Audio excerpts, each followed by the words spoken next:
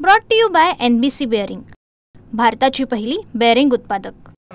खरं तर बीडमध्ये आज केजमध्ये मोर्चा आणि सभा झाली। आता संध्याकाळी गेवराई तालुक्यातील वडगाव ढोके ती सुद्धा सभा होती। आता फक्त बीडमधून नाही, लवकरच बीडमध्ये मोठा महामेळावा सुद्धा होणार आहे। आता येणाऱ्या काळात हिंगोली आहे, नांदेड आहे, म्हणजे अनेक ठिकाणी इकडं पश्चिम महाराष्ट्रात सुद्धा मागणी आहे लोकांची की आता मेळावे घेतले पाहिजे।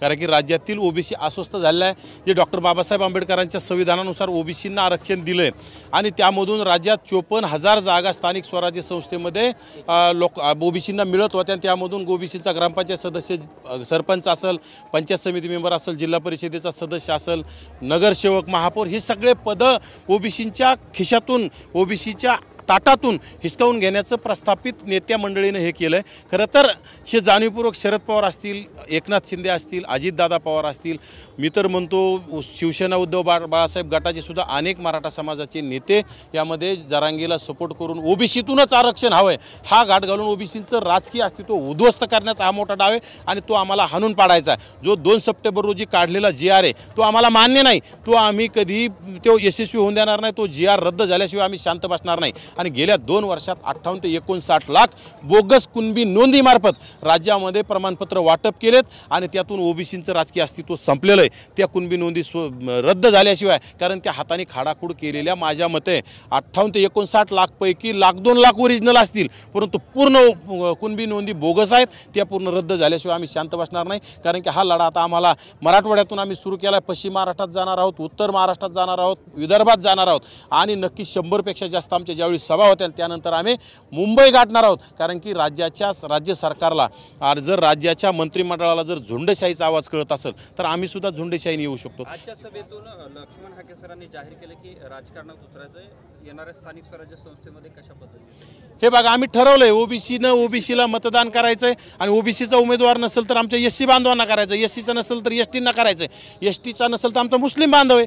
कारण की ज्या मराठा समाजाच्या प्रस्थापित लोकांना आजपर्यंत डोक्यावर घेऊन नाचण्याचं काम आम्ही केलंय, आजपर्यंत आम्ही मोठा भाऊ म्हणत आलोत आणि त्यांनीच जर आमच्या पाठीत खंजीर खुपसून आमचं राजकीय अस्तित्व जर संपवायचं असेल तर आम्हाला विचार करावा लागेल। या राज्यामध्ये आम्ही 58 ते 60% आहोत आणि 9%, 8-9% असणारा मराठा समाज जर आमचं राजकीय अस्तित्व संपत असेल आम्हाला बी विचार करावा लागेल। आणि आता गावगाड्यातील 18 पगड जातीतील 12 बलुतेदार, 18 आलुतेदारांनी हा विचार केलेला आहे आणि त्यांनी ठरवलंय आता ज्यांनी आमच्या पाठीत खंजीर खुपसला त्यांना सुद्धा आम्ही राजकीय अस्तित्व संपून टाकू। तुम्ही आम्हाला ग्रामपंचायत सदस्य होऊन देणार नाहीत, तुम्ही आम्हाला जिल्हा परिषदेचा सदस्य होऊन देणार नाहीत, तुम्ही आम्हाला पंचायत समितीत जाऊन देणार नाहीत, तुम्ही नगरपालिकेत, तुम्ही महानगरपालिकेत आम्हाला जाऊन देणार नाहीत। परंतु येणाऱ्या काळात आता जिल्हा परिषदेमधून आम्ही दाखवून देऊ आमची ओबीसीची चुणूक काय आणि येणाऱ्या विधानसभेला, लोकसभेला तुम्ही आम्हाला स्थानिक स्वराज्य संस्थेपासून रोखताय ना, तर आम्ही तुम्हाला विधानसभेत जाण्यापासून रोखू, तुम्हाला लोकसभेत जाण्यापासून रोखू, तुम्हाला मुख्यमंत्री होण्यापासून रोखू, तुम्हाला मंत्री होण्यापासून रोखू। हे आम्ही ठरवलंय आणि आता गावगाड्यातील लोकांनी ठरवलं करूया मरोची लढाई।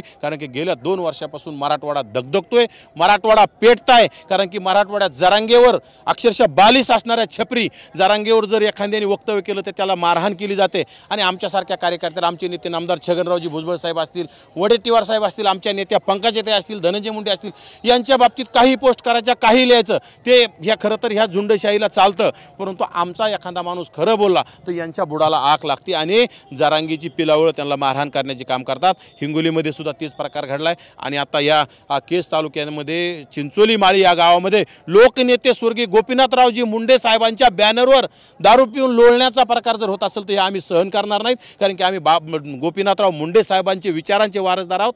ज्या गोपीनाथरावांनी त्यांनी जातपात पाहिली नाही, त्यांनी अनेक मराठ्यांना आमदार केलं, खासदार केलं, मंत्री केलं, त्या मराठ्यांच्या पिलावळी जर आमच्या गोपीनाथरावांच्या फोटोवर जर लोळत असेल तर आम्ही हे सहन करणार नाही। आम्ही मेलो तरी बेहतर, परंतु जशाच तसं उत्तर द्यायला आम्ही सज्ज आहोत।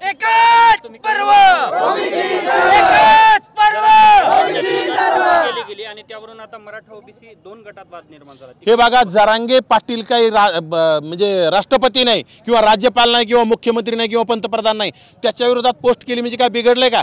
त्याच्या पिलवळीने आमच्या विरोधात काही पोस्ट करायच्या, आमच्या नेत्यांच्या विरोधात काही पोस्ट करायच्या आणि अक्षरशः 4थी नापास असणारा बेवड्या जरांगेच्या जर पोस्ट केलं तर यांच्या बुडाला आग लागत असेल तर ठीक आहे ना, आम्ही समर्थन करतो त्या पोस्टचं, खरं केली पाहिजे। परंतु पोलीस प्रशासनाला सुद्धा आमची विनंती आहे आणि पोलीस प्रशासनाला आम्ही जाब विचारतो, जरांगेच्या पिलावळी आमच्यावर काही चुकीचं पोस्ट करतात त्यावेळेस हे पोलीस प्रशासन कुठे गेलंय, त्यावेळेस देवेंद्र फडणवीस काय करतायत आणि जरांगेवर पोस्ट केली तर आमच्या लोकांना मारहाण होत असेल तर ह्या लोकांवर यांना उचललं पाहिजे, यांच्यावर कठोर गुन्हे दाखल झाले पाहिजे, यांच्यावर कठोर कारवाई झाली पाहिजे. Brought to you by NBC bearing, भारताची पहिली बेअरिंग उत्पादक.